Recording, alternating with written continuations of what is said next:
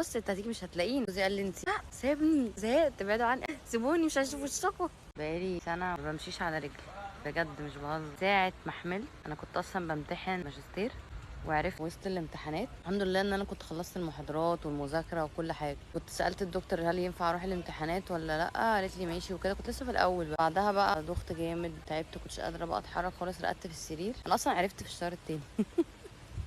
انا عرفت بالصدفه. لحد اخر التالت راقده في السرير تعبانه جدا. وقمت الشهر الرابع كده. انا قضيت نص الحمل في الساحل ما بين البحر والبسين، فانا مش دايسه على الارض حرفيا الوقت في الميه بعوم.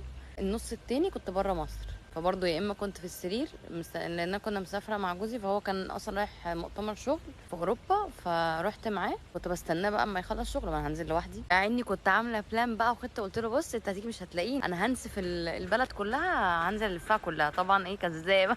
ولا قدرت اعمل حاجه، كنت بطه بلدي بالعافيه. كنت بستناه في الوقت الاجازات بتاعته. اخر شهر بس كنت تقلت قوي بقى، ما كنتش قادره خالص. كنت بنام وانا قاعده، ما كنتش بقدر حتى انام على السرير بالتعب. كان بيجي لي طلق مبكر في الثامن، كنت تعبانه جدا. من دخلت التاسع بالعافيه، اصلا ولدوني اول يوم في التاسع الولاده. قعدت بقى برضه شهرين في السرير.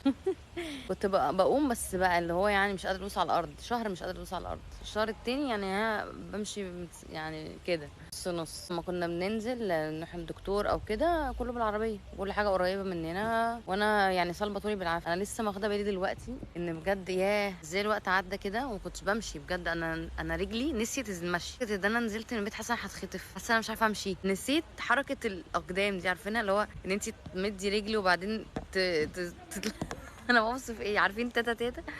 رجلي بتترعش كده مش عارفه امشي، بعملها الكعبل. مهاره. دي مهاره بتتنسي. مصدومه في نفسي بجد. انا اللي كنت جايه احجز الجيم بقى، وقلت خلاص بقى انا لازم ارجع الجيم لان ظهري وجعني جدا. جوزي قال لي انت لو تعبتي ارجعي على طول. قلت له لا يا ابني انا عايزه انطلق، انا زهقت، ابعدوا عني. قال لي طب بصي لو مش قادره ارجعي، نبقى ننزل مع بعض كلنا بقى احنا. قلت له لا سيبني انا عايزه اتحرر، انا امراه متحرره. انا عايزه انسى النهارده ان انا ام اصلا. سيبوني مش هشوف وشكم. صدمت من الواقع يعني. لا كنت هروح بقى احجز الجيم وبتاع. لقيت اقرب جيم ليا جول جيم وبيتجدد، اللي هو على حظي ماشي هضطر اروح. كنت هروح بقى البعيد ولا عرفت اروح ربع المسافه حتى، ما قدرت. دول كده اقرب اتنين ليا، اللي بعد كده ابعد بقى الناحيه التانيه من الكوكب. كلهم في النادي، بس انتوا عارفين نادي سموحه كبير طبعا. جيم ايه بالمنظر ده. هو حتى كان حاسس يعني، قال لي انت مش هتقدري على جيم دلوقتي، انت اخرك تمشي، انت ابدأي بس حتى بالمشي. تقريبا كان هو متوقع. قلت له لا ازاي، طب على الاقل همشي على التريدميل. انا يا رب اعرف اروح بجد. انا شكلي هتصل بيه تعالى خد حد يجي يروحني. بس انا كنت زي ما قلت لكم كنت هروح ابعد، كان لسه في شويه صحه قد كده اهو. بعدين قلت لا وفريهم عشان انت هتضطري ترجعي لوحدك، هيجي ياخدك ازاي يعني، وفريد هيسيبه فين.